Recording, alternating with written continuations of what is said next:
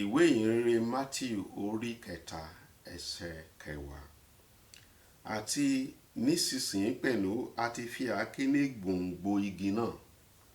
Nítorí náà gbogbo igi tí kò bá so èso rere a ó gé lulẹ̀, a ó sì wọ́jù sínú iná.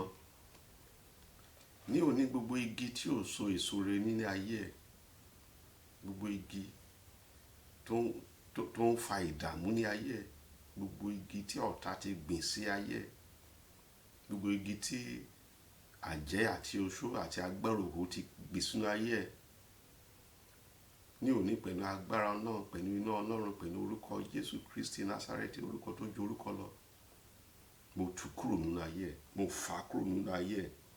Gbogbo igi tí ò so èso rere lórí iṣẹ́ ẹ̀, ní òní pẹ̀lú àáké ọ̀run agẹnulẹ̀ lórúkọ Jésù. Gbogbo ibi tí igi tí ń hù, igi àjẹ́ tí ń hù, igi tó lòdì sí ìlọsíwájú ẹ̀, gbogbo ibi tó ti ń hù lórí omi ni, lórí ilẹ̀, lórí òfurufú, kí àáké Ọlọ́run kó gé wọn nílẹ̀ lórúkọ Jésù. A sì dáná sí wọn lórúkọ Jésù.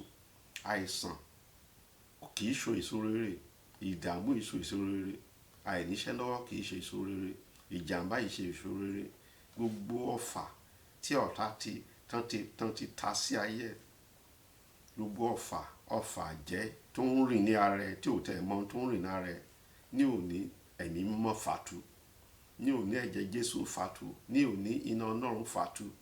Gbogbo àwọn tó ń bá rìn tí ò jẹ́ kó so èso rere, ọ̀rẹ́kọ̀rẹ́ tí ó ní tí ò jẹ́ kó so èso rere, gbogbo tó ti kí ọ bọ̀, tó ti kí ẹsẹ̀ bọ̀, tí ò jẹ́ kó so èso rere, ní òní ẹ̀mí mímọ́ fàtu.